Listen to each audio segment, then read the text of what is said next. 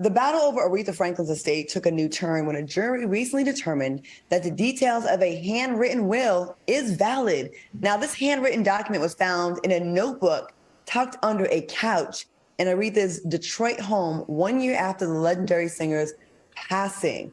Now, the new pages of the will designate her sons, Keith and Edward, as executors of her $6 million estate. What are your thoughts on the battle for Aretha's estate? Al, let's go to you. You know what's so funny? Her first will was also handwritten, so that's why the courts even allowed this other handwritten will to be admissible.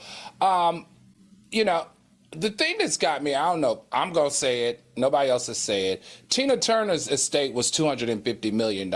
Lena Horne's estate was $30 million. Why is Aretha Franklin's estate only worth $6 million? And guys, this includes her future royalties. Like, I'm just confused. Is there some mismanagement? Is there something that was structured in her deal that was taking advantage of her? And that's why she always works so hard all the time.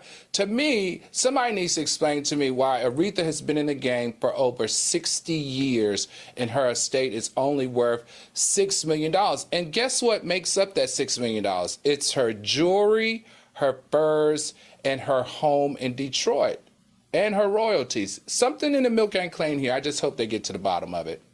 All right. Davis Brittany said anybody could have written that note and planted it. Q, what do you think about this? What do you think about the $6 million? Do you think that's low, or what do you think? Well, to David's point, I think they probably compared it to her handwriting to make sure that it was hers. As far as the $6 million, I think it's extremely low, especially when you look at the fact that Nicki Minaj just recently broke one of Aretha's records, and don't quote me on it, but it was something like the most #1 hits, the most consistent hits, the most number of singles. It was something ridiculous that Aretha Franklin held for a long time. But Al, part of why her estate could be so low, y'all know Aretha had a thing.